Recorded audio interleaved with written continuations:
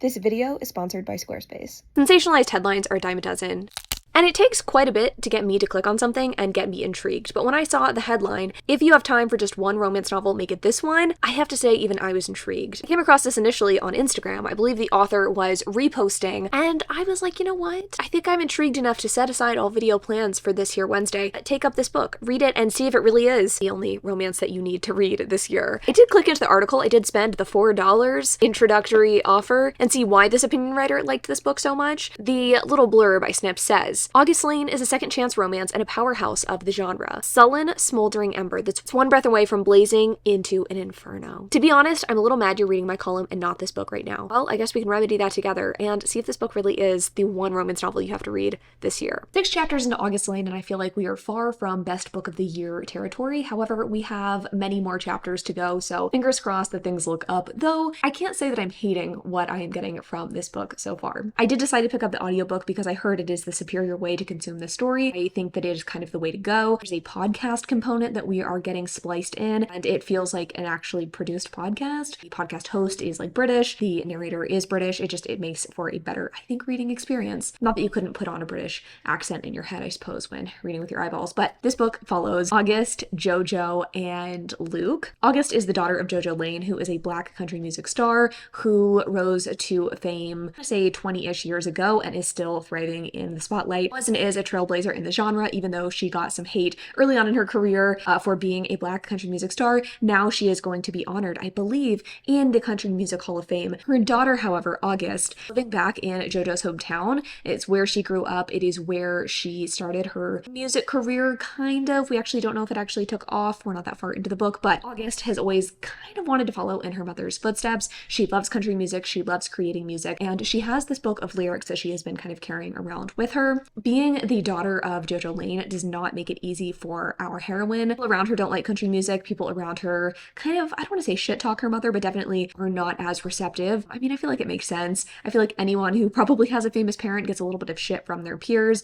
Anything that makes you different tends to be picked on by children. So August is in high school at the start of the story. It is told in 2 different timelines. We've got present day, we've got flashbacks. August at the beginning of the story is starting at a new school. She's already kind of fucked up because she had sex with a guy who has a girlfriend, and so she is kind of labeled a slut. She's just not having the best time at the school until she meets Luke, who is a fellow Black country music lover. He's Black, he wants to make country music, he's just a little bit fearful. He kind of goes with the status quo. I think he's on the football team, scholarship to LSU, that sort of thing. So he and August find this sort of connection through music, and he ends up stealing our heroine's lyric book, taking it for his own, kind of, in not a malicious way. She knows that he has taken this book of lyrics, but I think they're going to maybe like collaborate on music in the past, and I think in the present things have gone awry. So these 2 characters are in very, very different life circumstances. Our heroine is not exactly successful. She has not exactly followed in her mother's footsteps. Her grandmother, who I believe probably raised her, has just passed away. She is making poor decisions, sleeping with people who have girlfriends. She is working, I believe, at a diner, and she is singing in the church choir, just kind of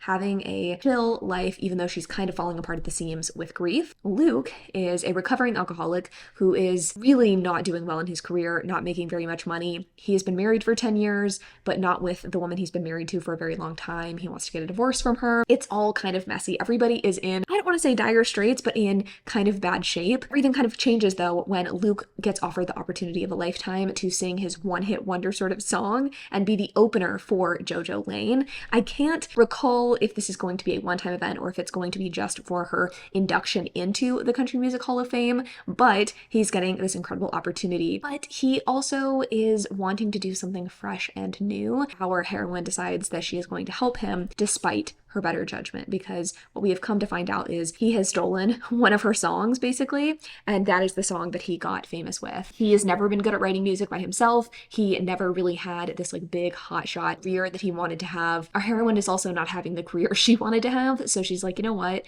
even though I kind of hate your fucking guts, we're gonna team up, we are gonna do some stuff together. And that's where we're at. Hi.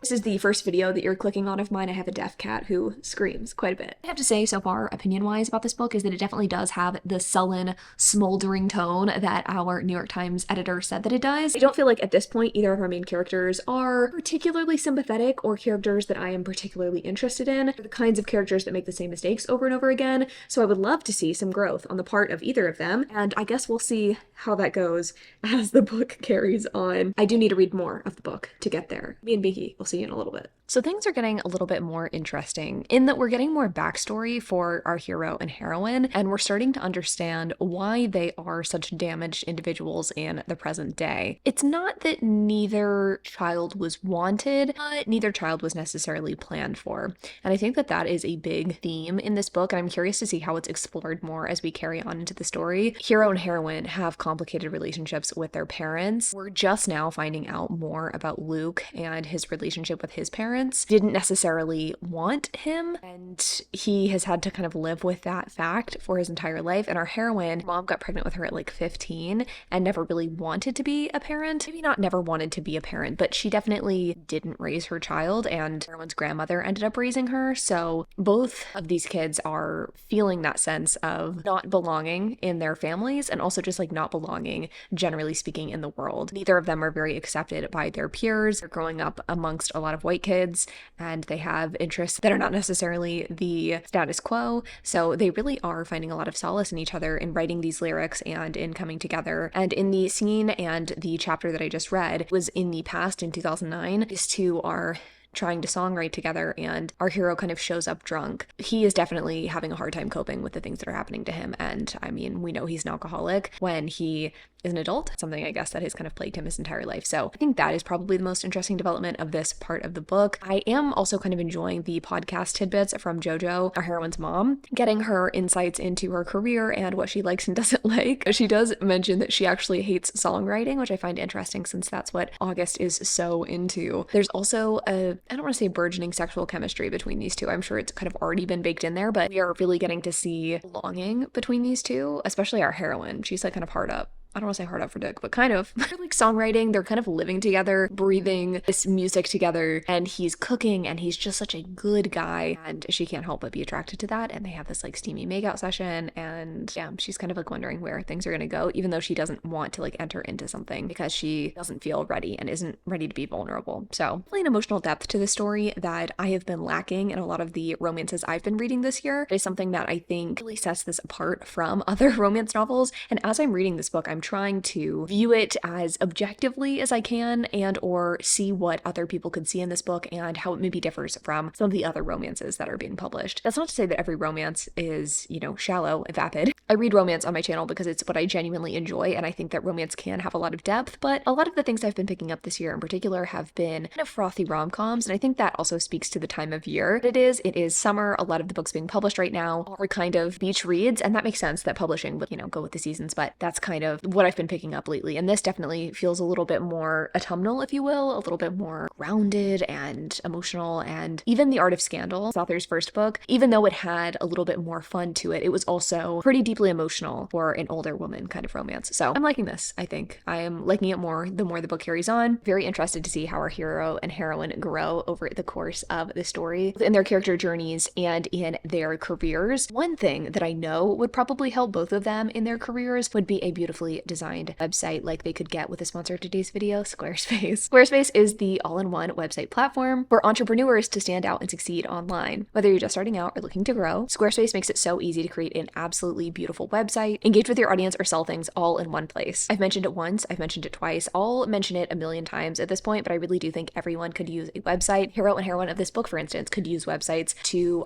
post tour dates whenever they decide to go touring together. Even if you aren't a burgeoning musician, it's just a really good idea to have a website, having a place where you can direct people, where you can send them, if you have a small business, just someone like me who likes to blog. A website is just something that all of us need. But in the past, I feel like it's been kind of hard to get excited to make a website because it can be incredibly challenging to do so. That's where Squarespace comes in. To build my website, I ended up using Squarespace's blueprint tool, basically a guided design system, and it just makes the entire website building process so easy. Compare so many different options all at once, tailor your website to your particular needs. Your site is optimized for every device, plus it has optimized SEO so that if anyone tries to look you up online, they can can easily find your website in the search results. Plus, I know a lot of you are small business owners or you're looking to start one, and Squarespace makes it so easy to sell products both physical and digital with an online store. Plus, they have flexible payments that make checkout so easy for your customers. Accept credit cards, PayPal, Apple Pay. In some countries, you have the option to do buy now, pay later with Afterpay and ClearPay. There's never been a better or easier time to build a website. Head to squarespace.com for a free trial, and when you're ready to launch, go to squarespace.com/chandler.ainsley to save 10% off your first purchase of a domain or website. Thanks again to Squarespace for sponsoring this portion of today's video. Now let's go ahead and get 75% of the way into this book. Well, howdy friends.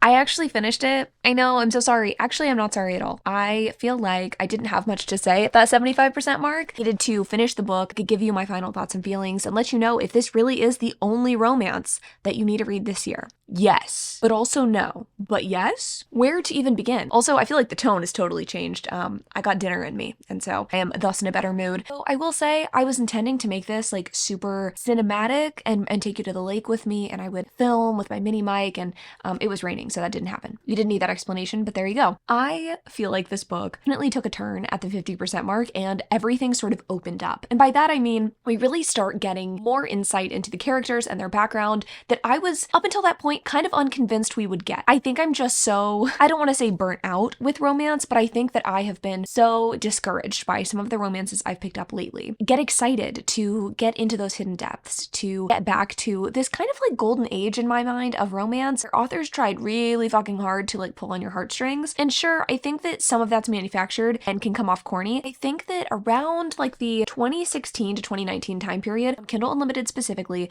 there were authors like Emma Scott who were kind of in their heyday writing these richly emotional stories. And I think that we kind of took a hard left turn somewhere. I really don't want to turn this into some greater commentary on romance, but I think we have taken a turn a little bit into a wham bam thank you ma'am at the 20% mark of a book, and from there we're banging sort of situation.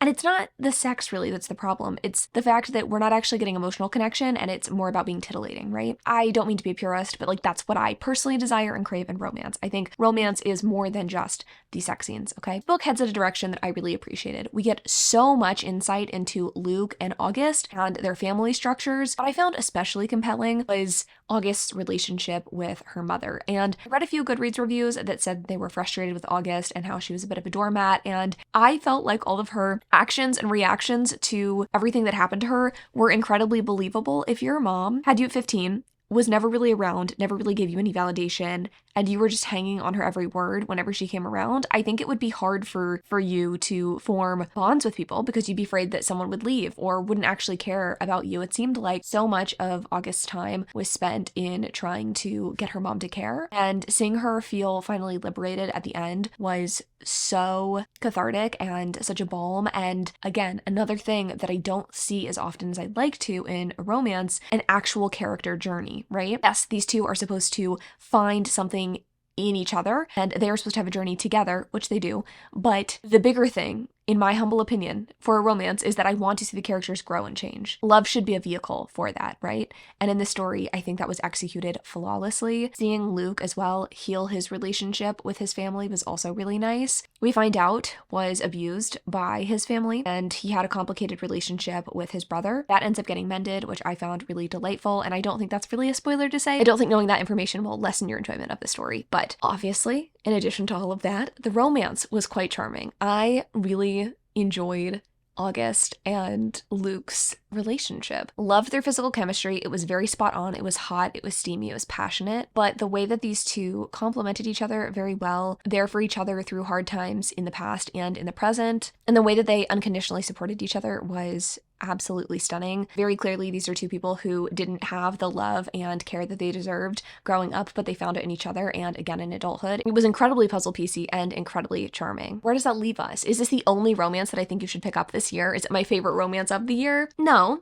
but I think that if you were to pick up one singular romance this year, and it was this one, I think that you would get a complete experience. I think that you would get the steamy heat and passion mixed with a truly romantic, capital R, romantic story. You are going to feel big emotions. It is going to carry you along. You are going to have so much to unpack here. I didn't even get to touch on the very relevant commentary that is present in this book about Black musicians and specifically Black country artists. I think we get a lot of that commentary from JoJo, our heroine's mom, which I found particularly interesting because August and JoJo have such a weird relationship, but JoJo's commentary I think was really great. And even beyond that, we get commentary within the book itself that's, I don't want to say more subtle, but it's not verbalized, you know. This is, you know, the reality. It's more, you get to see the reality as it's lived as well. As I sit here and ponder what my star rating is, I honestly can't think of anything that I disliked about this book. Therefore, I will give this book 5 stars. And I know it feels like I've been waffling back and forth on, oh, is this the